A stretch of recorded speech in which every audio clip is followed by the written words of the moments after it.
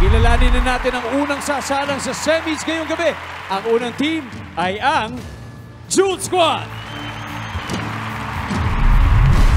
Jewel Squad. Kamusta Sean? Kamusta Makmak? Kamusta?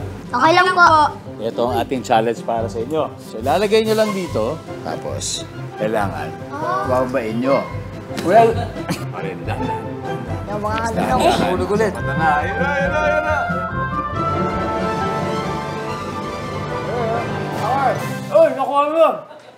Itong mga batang to, talaga pinapakita nila na gustong-gusto nila yung ginagawa nila. Si Sean, yung isa, wala akong naging problema talaga sa kanya ever since eh. Technically, napakaganda ng boses. Ang ganda ng dynamics niya. Malinis kumanta.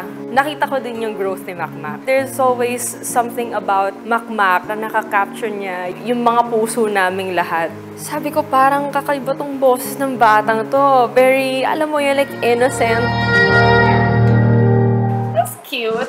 Medyo mababa lang dito, Mark, for him yung una, no? Sumasayad kasi yung voice mo dun sa low notes. Gusto mong subukan yung original key. Nung pinataasan ni Coach Julie, medyo nahirapan po ako. Kinakabahan po ako na si Kuya Sean po ang kalaban ko kasi mataas po yung boses. Wow! How do you feel? Good po. Siguro ang may papayo ko na lang talaga is connect with the audience.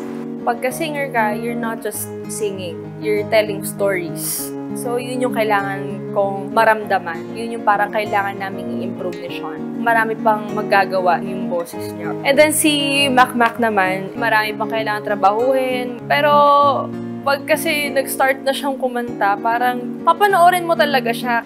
Kung sino man po ang papasok po sa amin ni Makmak sa Grand Finals, pareho naman po kami ay deserving po.